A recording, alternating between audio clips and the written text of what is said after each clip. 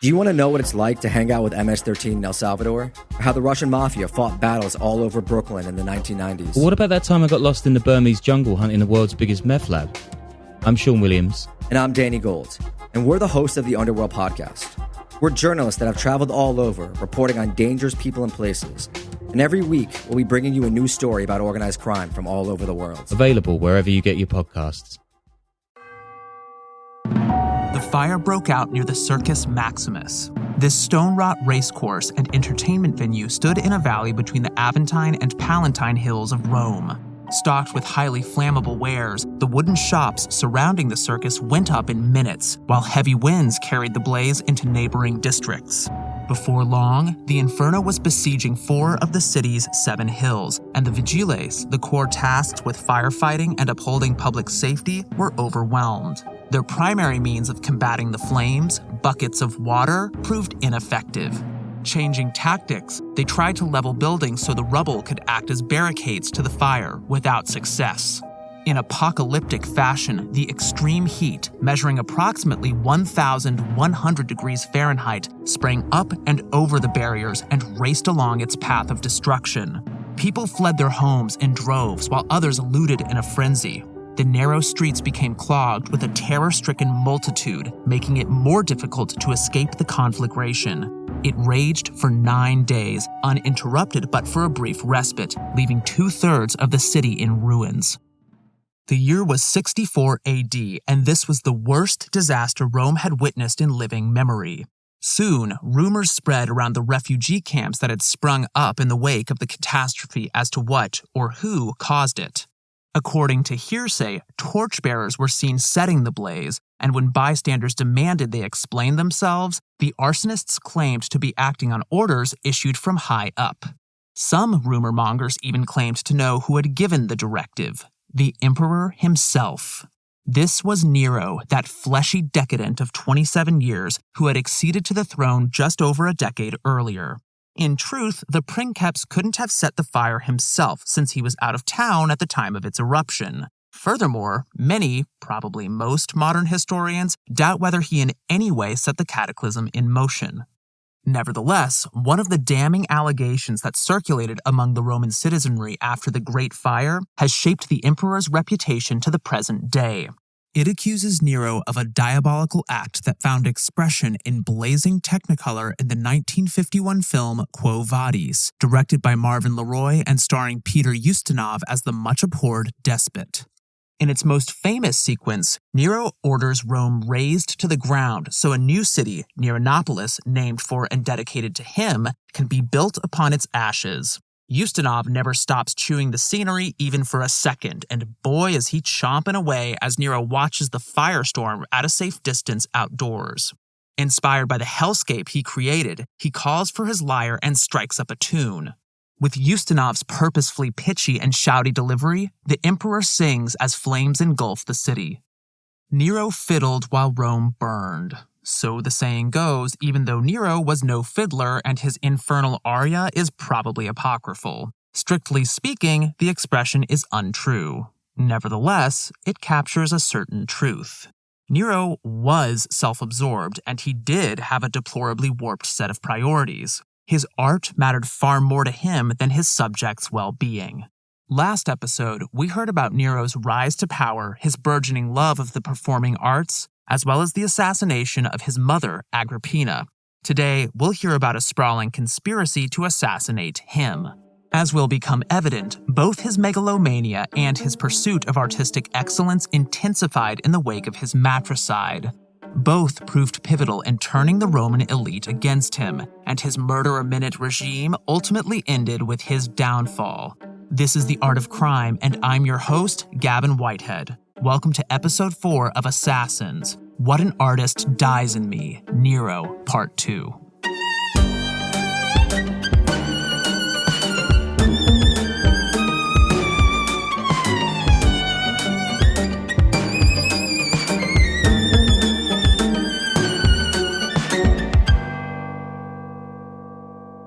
Following the death of Agrippina, Nero undertook a face-saving campaign, hoping to win favor with the lower and middle classes, the plebeians and equites. To that end, he went all out on lavish festivities meant to brighten their lives. One of these even provided him with a platform on which to make his debut as an artist. First came the Ludi Maximi, the Great Games. These unfolded over several days and across multiple theaters. Like other Roman festivals, the Ludi Maximi treated spectators to athletic competitions, artistic performances, and assorted sights unseen. According to one source, an elephant walked a tightrope with a rider astride its back.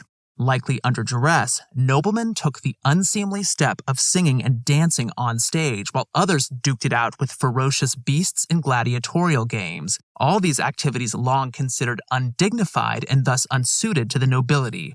Meanwhile, Nero bombarded audiences with handouts. His troops tossed balls that acted as vouchers into the crowd, redeemable for prizes that included precious metals, horses, slaves, and even entire apartment buildings. Nero was digging deep into his coffers for this one. Next was the Juvenalia, or Youth Festival. This celebration marked a momentous occasion in Nero's maturation, the shaving of his whiskers for the first time. Technically, the Juvenalia was a private event held on imperial lands. Nevertheless, it still drew crowds. As at the Ludi Maximi, aristocrats performed in defiance of social customs. An 80-year-old noblewoman danced a pantomime, the raciest form of popular theater, while other scions of ancient houses took part in choral dances. When they shuffled on stage wearing masks to conceal their identities from the audience at one point, Nero is said to have ordered them to remove them. He meant for his guests to know who was abasing themselves. The host of the party emerged as the star. As discussed in the previous episode, Nero took up citharody, or singing while also playing the lyre, shortly after assuming control of the empire. From the beginning, this avocation rankled his advisors and top politicians. Musicians belonged to the lowest orders of Roman society, and many deemed it offensive for their most high and exalted princeps to stoop to their level. For a few years, they may have found solace in knowing that Nero only practiced in private. But that all changed with the Juvenalia, where for the first time he would give a concert to an audience. He even presented an original composition, Antis or the Bacchantes, a febrile tale of madness and love. Nero made sure his debut went over well. Per his wishes, senior officials expressed their support of his performances, as if embracing the idea of a musical princeps. A man named Gallio, brother of Seneca, Nero's tutor, advisor, and surrogate father, played master of ceremonies, introducing the emperor as he strode on stage. Meanwhile, according to ancient chronicler Cassius Dio, Seneca himself, along with Burrus, a praetorian prefect and Nero's other advisor, situated themselves in prominent positions where the audience could see them and nodded and smiled in approbation. Furthermore, in the audience, Nero had planted his freshly assembled phalanx of strongmen cheerleaders known as the Augustiani, Augustus's men. These were not groupies you wanted to mess with. Thuggish, brawny, and fiercely devoted to their employer, they could knock a tooth out if you did anything other than applaud the princeps. Their very presence discouraged dissent. Moreover, they clapped their hands in coordinated rhythms and chanted such adulation as, "Oh, Apollo," likening the emperor to the patron god of music. By the end of Nero's reign, the Augustiani had mushroomed to number 5,000. Plenty of artists crave validation, and I don't blame them, since it's only natural to want your work praised. That said, I can't think of many who have needed their ego stroked by an army of 5,000 professional fanboys. Without question, Nero was insecure and in desperate need of approval.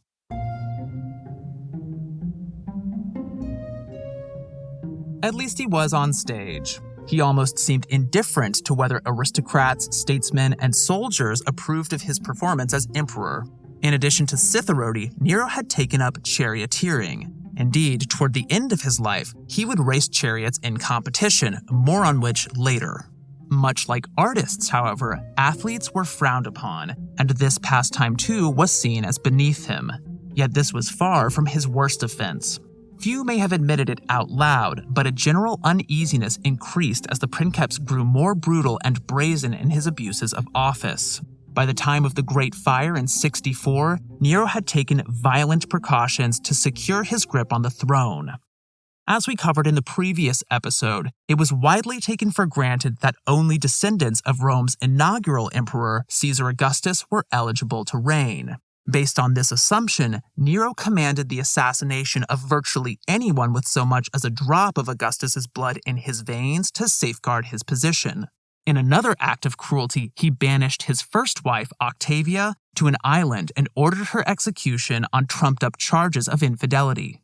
Added to Nero's ruthlessness were delusions of grandeur. Nero placed these on spectacular display in the immediate aftermath of the Great Fire. Much of the city needed rebuilding, and reconstruction yielded several improvements. For example, avenues were broadened to avoid the kind of congestion that imperiled residents during the disaster. However, the inferno had damaged Nero's own residence, the Domus Transitoria, and the emperor took advantage of the calamity to build himself a dream palace right in the heart of Rome. It was called the Domus Aurea, the Golden House.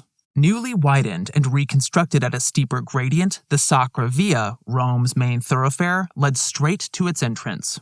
Something of a rustic villa transplanted to the capital, the property encompassed between 125 to 200 acres, with a lake on its grounds. Nero's ancient biographer Suetonius details the opulence of the estate, though perhaps embellishing his description. According to him, jewels and gold adorned the two-story compound, and devices showered perfume and flowers from the walls inside the dining rooms. At the center of the mansion stood an octagonal chamber with a domed ceiling, probably a sumptuous banquet hall. Overhead, a whirligig installation powered by slaves represented the heavens. Finally, Nero commissioned the construction of a bronze colossus standing more than 100 feet tall, with the aim of erecting it outside the front door. You don't need me to tell you whom the statue depicted. Rome's most splendiferous emperor, of course, Nero himself. In a word, it was extra. Worse still, according to critics, the Golden House threatened to bankrupt the state. Nero's excesses almost certainly troubled Seneca. At the very least, they flew in the face of Stoic principles. Like others in his philosophical school, Seneca cared little for wealth and high living, or at least his writings would give that impression.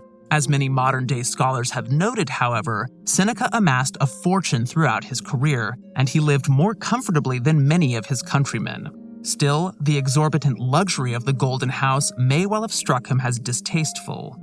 Furthermore, the moral philosopher had written voluminously about the merits of virtue. Since Nero's accession, Seneca had watched at close range as the emperor plowed deeper and deeper into depravity. In some cases, whether out of loyalty or fear of repercussions, Seneca joined him on this sordid course, dirtying his own moral character in the process. Most grave of all, Nero had sought his and Burrus's counsel the night of his matricide in March of 59 AD, panicking after the first assassination attempt failed. Seneca had done nothing to save Agrippina. Instead, he had quizzed Burrus whether he could order a praetorian strike on her residence. Then, after the homicide, he ghost-wrote a letter defending the crime for Nero to deliver before the Senate. Seneca sought retirement in the mid to late 60s. Maybe disappointment in failing to live up to his own avowed values motivated this decision.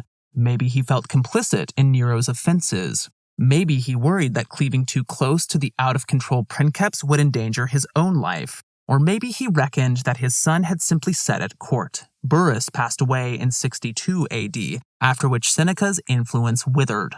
Whatever the case, Seneca twice asked Nero's permission to retire, once in 62 and again in 64. Both times the emperor declined his request. All the same, Seneca withdrew from public life, spending more and more time outside Rome at his country estates and occupying himself with contemplation and study. His was a life of peace and quiet.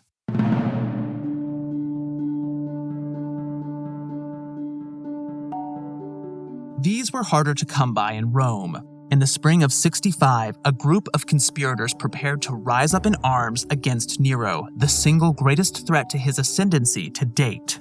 The plotters, both men and women, spanned the whole social spectrum, from politicians to soldiers, highborn to low. Their grievances were many. Some pledged allegiance out of personal grudges against the princeps. Others were disgusted by his stage career.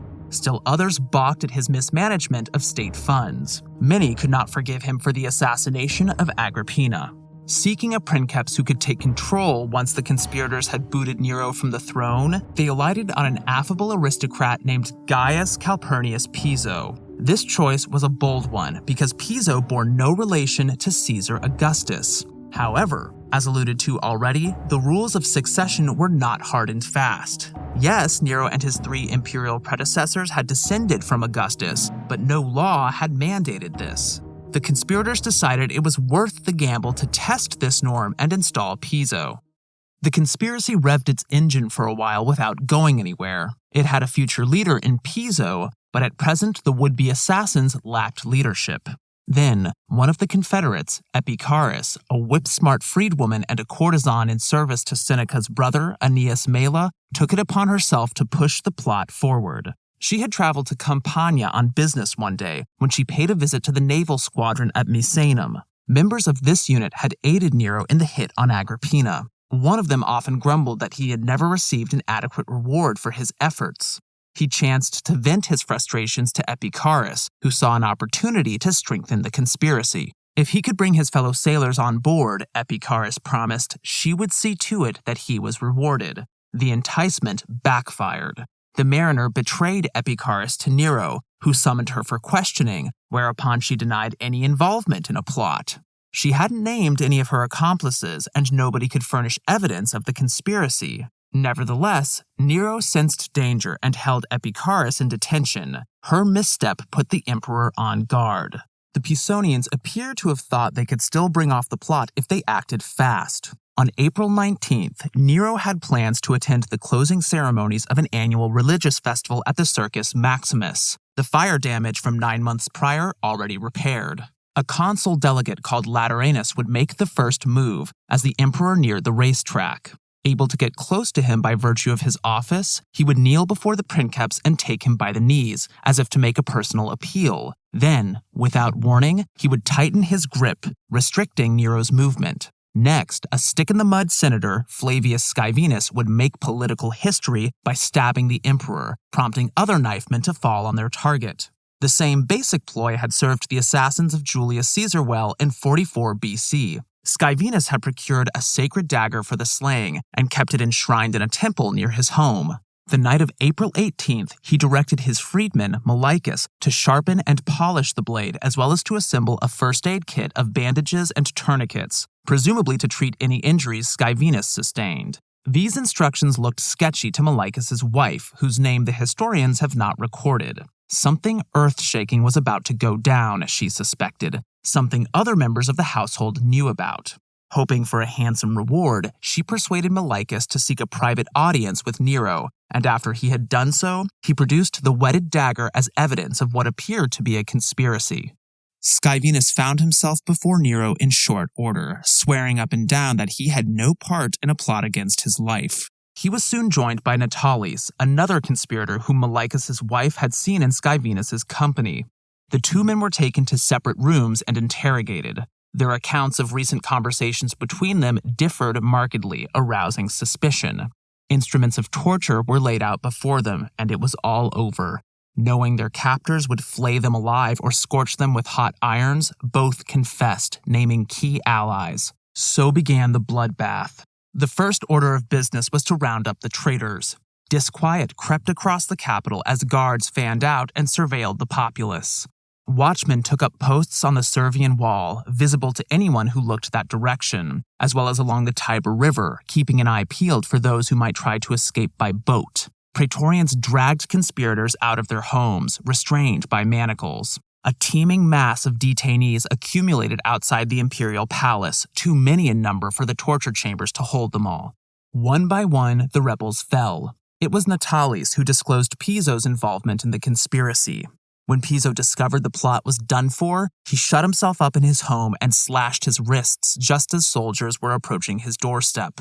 Meanwhile, the Greek freedwoman Epicharis had remained in Nero's custody, and he ordered her torture in hope of extracting more information. Her tormentors burned her with red-hot plates and stretched her body on the rack, certain the agony would loosen her lips. Stunningly, it didn't. On April 20th, the torturers brought her to a solitary cell, her body so broken that she had to be carried on a chair. After they left her unattended, however, she fought through the pain and managed to remove her breastband, knot it into a noose, and hang herself from the bars propping up the canopy of a chair. The body count skyrocketed. Nero's purge left so many dead that Roman historian Tacitus refrains from listing all the victims for fear of revolting or even boring his readers. One last casualty of Nero's killing spree deserves our attention. In addition to exposing Piso, Natalis let fall the name of a man who had loomed large in Nero's life even before he came to power, and colluded with the emperor in perhaps his most heinous offense, the murder of Agrippina. Seneca. We'll hear about the philosopher's unhappy fate after a quick break. This episode is brought to you by Travelodge by Wyndham. There's so much to discover, and Travelodge is your base camp for adventure. Whether you're exploring a national park, escaping to the beach, or discovering a new city, Travelodge helps you get up and explore with free Wi-Fi, free coffee, and a great night's rest, so you can be ready for anything. Like being ready to enjoy the scenic wilderness of Yellowstone, the awe-inspiring Crater Lake, or the marshes of the Everglades. Adventure isn't far away when you stay with Travelodge, one of 24 trusted brands by Wyndham. Stay close to adventure at Travelodge by Wyndham. Get the lowest price at Travelodge.com. Wyndham Rewards membership may be required. Restrictions apply. Hutchinson, Minnesota had some problems. For the adults of Hutchinson, the problem was the teenagers. They kept sneaking off at night to empty barns where they'd, brace yourself, dance. Who knew what sort of sin and heavy petting and French literature these barn dances might lead to? No, the adults of Hutchinson, Minnesota did not approve. And neither, it seemed, did the devil. One summer night, Satan himself suddenly appeared in the middle of the dance floor, and the debauched teens ran in fear. He showed up at the next dance, too. For a few months, it seemed like you couldn't go to a late-night barn dance in Hutchinson without getting chased out by the devil, pitchfork in tow. Until one night, when a 14-year-old boy had the good sense to shoot him in the chest. At which point the devil was revealed, Scooby-Doo style but bloodier, to be the local Methodist minister, dressed in a costume and flown in from the roof by rope and pulley. This is The Constant, a history of getting things wrong. I'm Mark Chrysler. Every episode, we look at the accidents, mistakes, and bad ideas that helped misshape our world. Find us at constantpodcast.com or wherever you get your podcasts.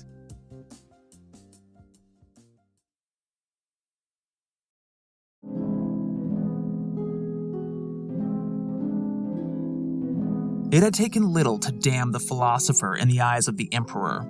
Earlier that year, as the conspirators were seeking to expand their numbers, Piso dispatched a messenger to Seneca, hoping to recruit him. Once the courier had divulged the plot, the silver-tongued Seneca replied in slyly equivocating fashion, managing to signal neither support nor opposition. Instead, he told Piso by way of his messenger, "My well-being depends on your safety." No matter how carefully Seneca weighed these words, they screamed treason in Nero's estimation, and he saw little reason to show their speaker mercy. Besides, Nero's affection for his sometime tutor, surrogate father, and shrewd advisor had waned even before his retreat from politics, partly because he, and other Stoics like him, with their schoolmasterly stuffiness, disapproved of the emperor's forays into arts and athletics. Mulling things over, Nero commanded that Seneca commit suicide. A short while later, the philosopher heard a knock at his door. Part of him probably expected what was coming.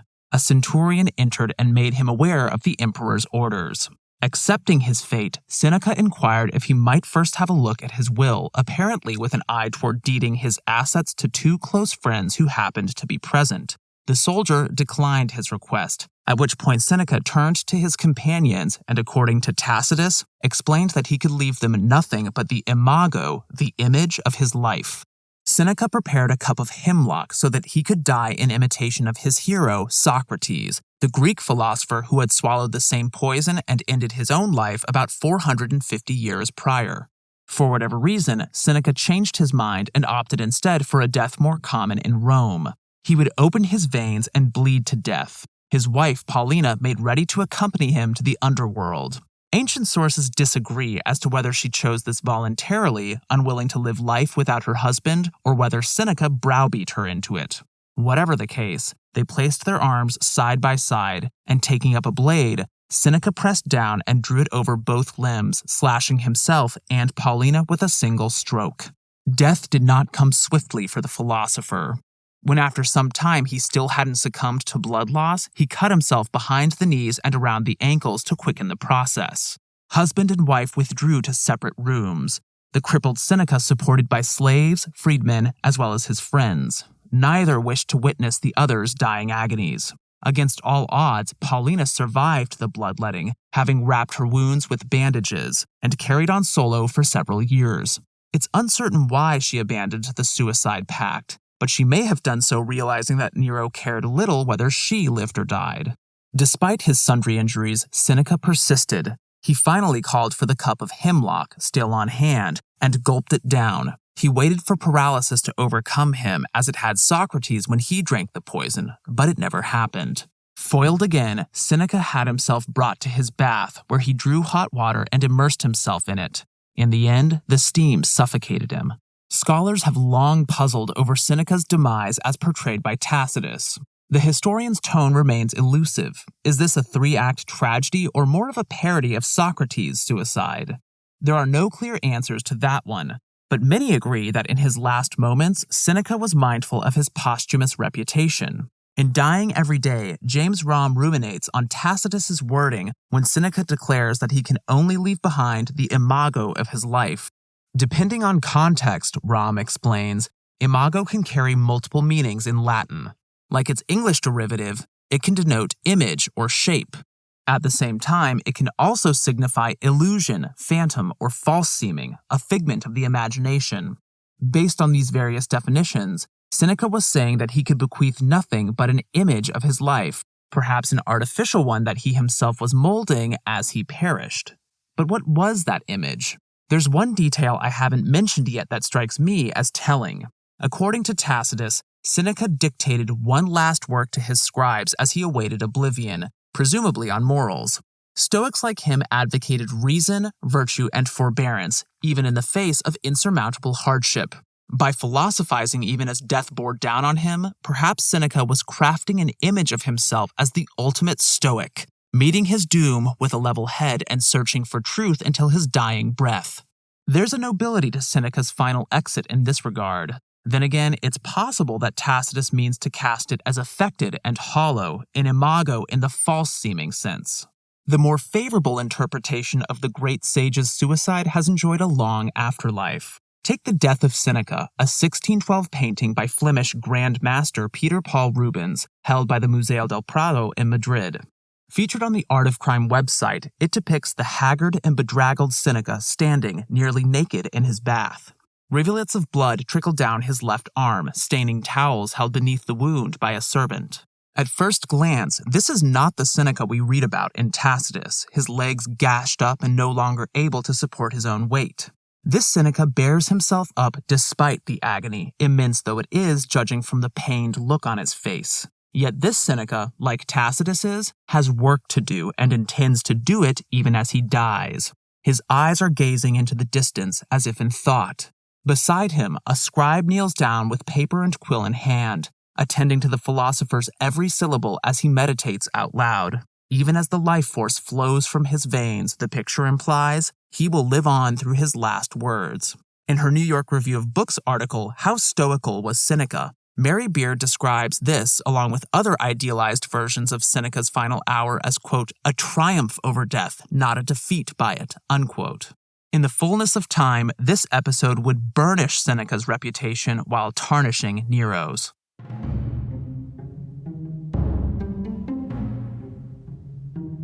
After smothering Seneca and the Pisonians, Nero threw himself into art like never before. Indeed, the year 65 AD witnessed a landmark event. 5 years earlier, the emperor had instituted the Neronia, a sports and arts festival modeled on age-old Greek precursors and named after Rome's most recent princeps. The festivities would take place every 5 years, with artists and athletes competing for prizes. The princeps had neither sung songs nor strummed his lyre at the first Neronia. In fact, by 60 AD, when it was held, he hadn't given a single public performance, since the Juvenalia was technically a private event. In the intervening years, Nero had appeared as a citharode in Naples as well as on other regional stages, but he had yet to grace Rome with his Apollonian endowments. By 65 AD, he felt his time had come. Over the course of his reign, the princeps had expanded his array of talents. Now he wrote poetry. Citizens passed along the columned porticos of the Theater of Pompey and crowded together inside to hear him deliver an original mini-epic about the Trojan War. Afterward, an obsequious courtier is said to have stood up and entreated the princeps to give them a song. Nero was all, "Oh my gosh, this is so flattering, but I shouldn't. I'm just not up to it," even as he reached for his lyre and warmed up his voice for an ode he had obviously practiced for the occasion. Before long at all, he was fronting the audience, dressed in a Citherode's billowing robe and a pair of high boots, and singing his heart out about tragic Niobe, a mother in mourning for the sudden and violent death of her children. The tale of Niobe is one of mythology's surefire tearjerkers. Surprisingly enough, at these competitions, the first among equals behaved like everyone else. Nero minded the rules like other competitors, never once clearing his throat or sitting down during the performance, lengthy though it was.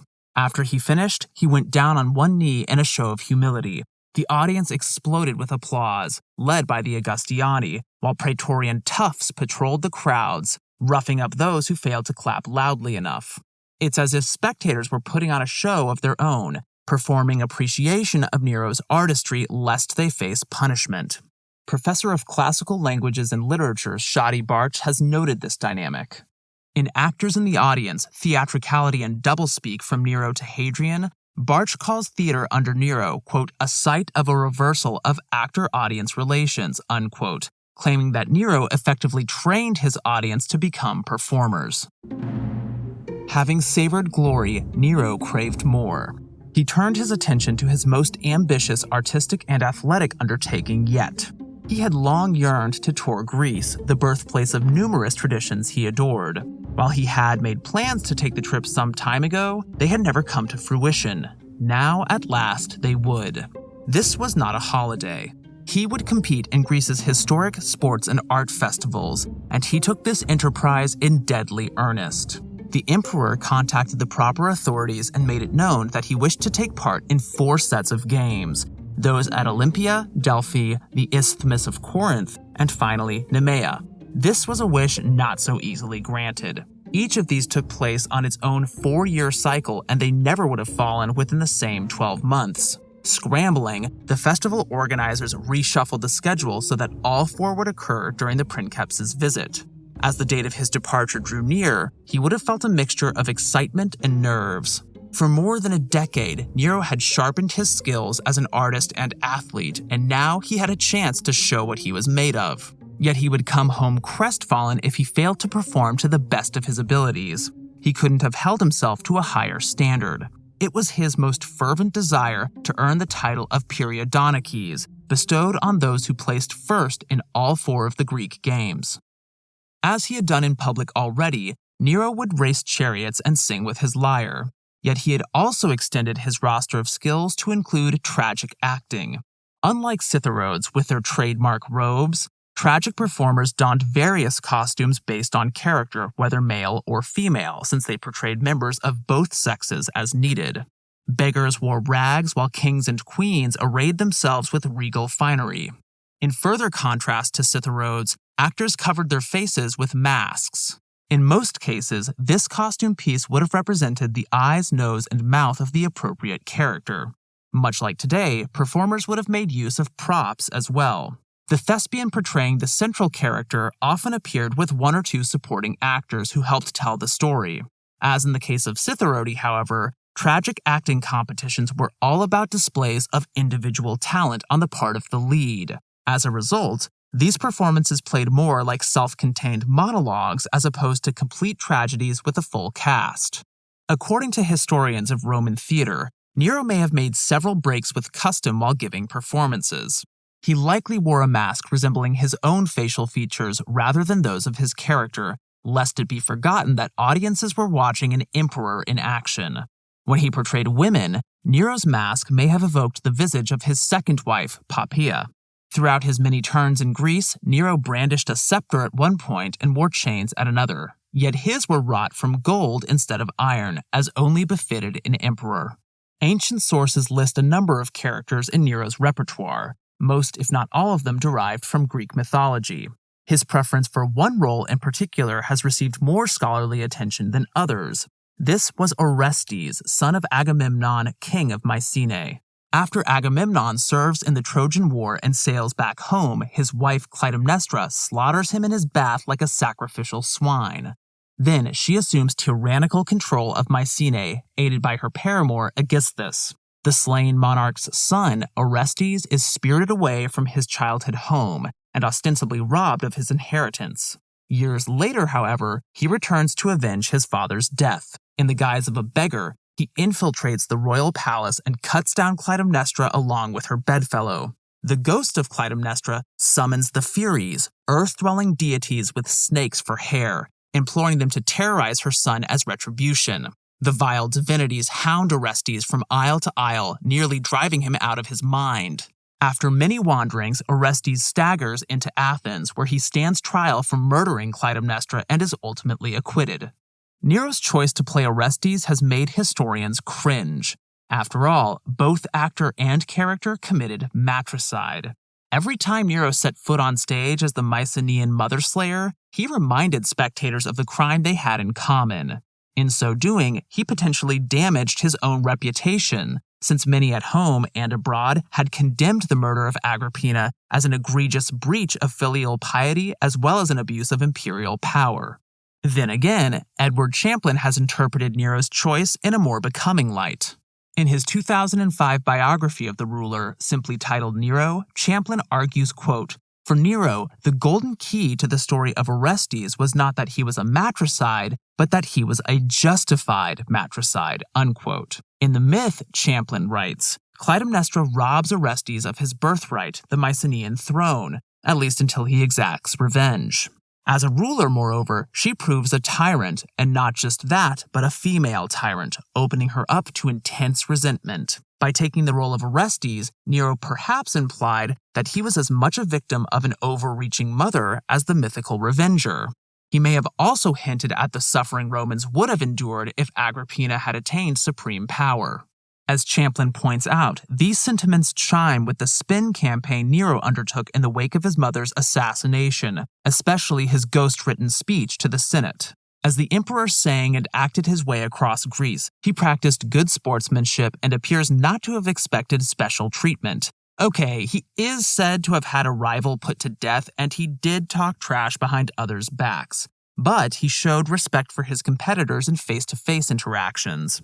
Much as he had at the Second Neronia, he obeyed the rules like the average contestant and lived in fear of the judges, visibly anxious as he awaited their verdicts. Not that he had anything to fret about. No matter how much he may have desired a level playing field, nobody would criticize the Emperor of Rome or even acknowledge a simple mistake. For instance, in the middle of one dramatic contest, a scepter slipped from the princeps's hand and clattered on the floor. After bending over to pick it back up, he resumed the scene. Later, he confided to a fellow thespian that he worried this blunder would disqualify him. The other actor assured him that nobody could possibly have noticed the slip-up. He certainly hadn't until Nero brought it up. Nothing makes Nero's preferential treatment more obvious, however, than the boatload of prizes he took home with him. Not only did he clinch the coveted title of Periodontiches, but he is said to have garnered a whopping 1,800 awards in various athletic and artistic competitions. It'd be like somebody winning an EGOT, the French Open, and the Grand National 400 times in a single year. Nero's junket came to a spectacular climax when he returned home to Rome. He modeled his homecoming on the triumphal procession. In your typical triumphal procession, generals fresh from successful military campaigns entered Rome and rode through the streets on a chariot. Meanwhile, other parade marchers carried tablets inscribed with the names of conquered cities, while battle-tested warriors trailed behind their commanding officer, reminding spectators of all who had risked life and limb for victory. After passing beneath the triumphal arch, the fighters proceeded to the temple of Jupiter, patron god of Rome, on the Capitoline Hill. Nero's procession played more like a parody, or maybe self-parody, I don't know, than an homage to the venerable custom. In this circus of self-aggrandizement, somebody bore tablets with the names of athletes and artists he had routed rather than military opponents. Instead of Nero's foot soldiers, the Augustiani brought up the rear, earning their paycheck by extolling the emperor's awesome talents. In Cassius Dio's account of the event, the Augustiani raved, "Hail to Nero, our Hercules! Hail to Nero, our Apollo! The only victor of the grand tour, the only one from the beginning of time." In a final departure from the triumphal procession, this most glorious Herculean Apollo rode his chariot through a breach in the walls and then skittered his way not to the temple of Jupiter, but to that of Apollo, patron god of music and various other arts. In the words of Miriam Griffin, Nero's biographer, quote, "This was the triumph of an artist," unquote. She also refers to it as his last great show. As the gods on Olympus already knew, his days were numbered.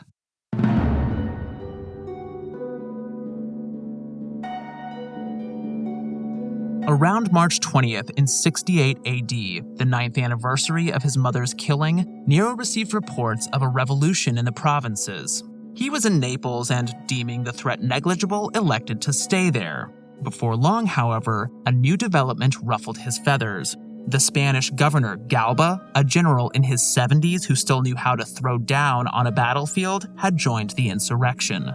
Charging back to Rome, Nero tried and miserably failed to rally his troops and quash the rebellion. Many no longer wanted to fight for the princeps because they held him in contempt. Among other outrages, his artistic endeavors had grown ever more at odds with the day-to-day work of, well, governing since he swept the Greek games. In preparation for future performances, he refused to speak publicly lest he harm his godlike pipes. He delegated speech-making and issuing commands, even to the praetorians, to other officials. In those situations where it was absolutely necessary for him to make remarks, he insisted on having his vocal coach present to rein him in to avoid overtaxing his voice. No less preposterous was an upcoming performance, in which Nero, dressed as Hercules, would tame a lion. An actual lion. For maximal effect, the beast had been trained not to resist when the emperor put it in a chokehold. The stunt probably would have killed him if he had lived long enough to give it a go. As spring turned to summer, the rebels gained ground. Nero's allies dwindled in number until hardly any remained. Panicking, he prepared to abdicate, hatching a number of conflicting plans. Maybe he would convince the praetorians to accompany him out of Rome in a ship. He could seek asylum with the Parthians, or head for Alexandria and pursue a glamorous stage career. He entertained darker possibilities too. What if doom was inevitable? If he had to die, would it be by his own hand or an executioner's?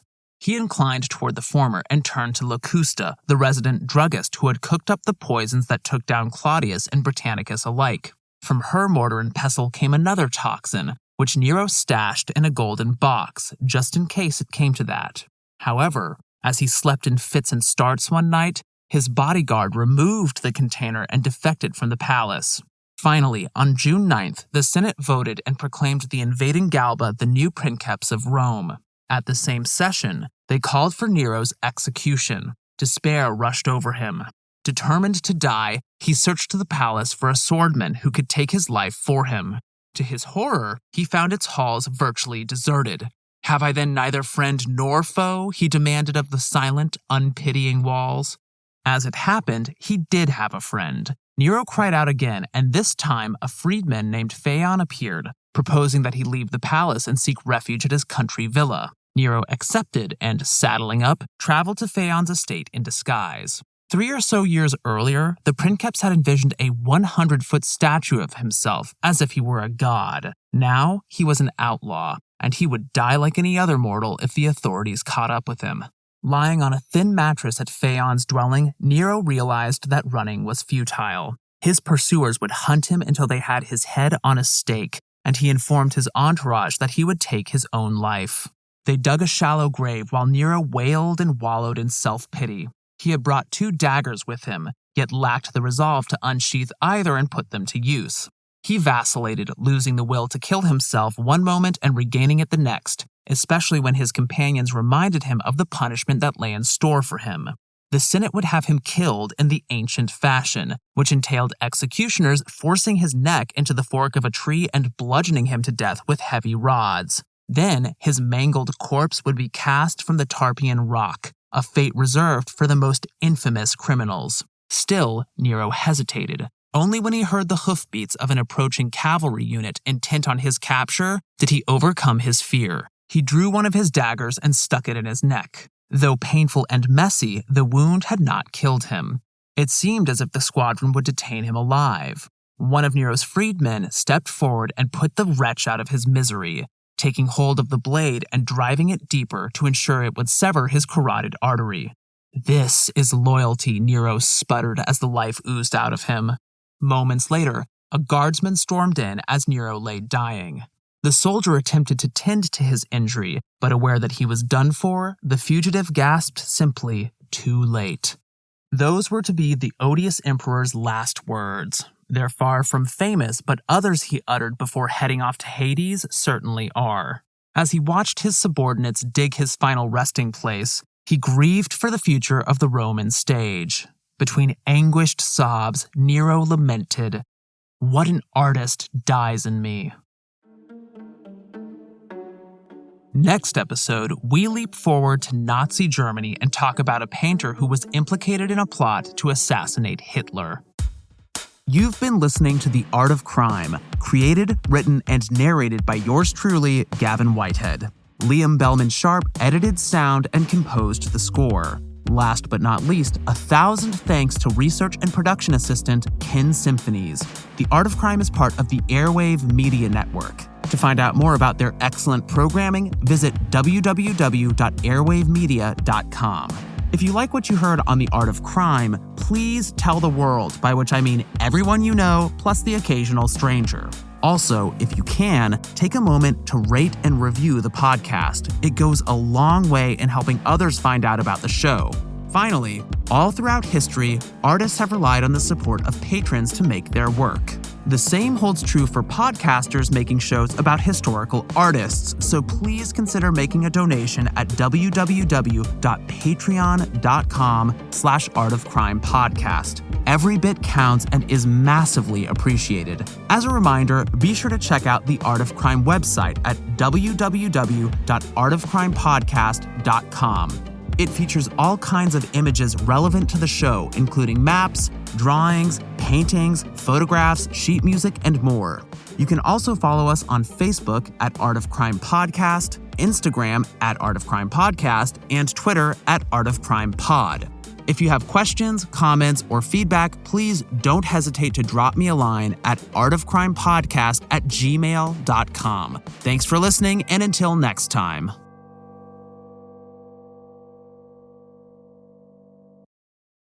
We've all been there. You're standing in a museum staring at a painting and all you can think is, I don't get it. To me, knowing the story behind an artwork is a huge part of knowing how to look at it. I'm Amanda, the host of the Art of History podcast, where we view history through the lens of some really great works of art. Each episode, we dive deep into the bigger picture behind some familiar and maybe not so familiar pieces. Check out Art of History now wherever you get your podcasts.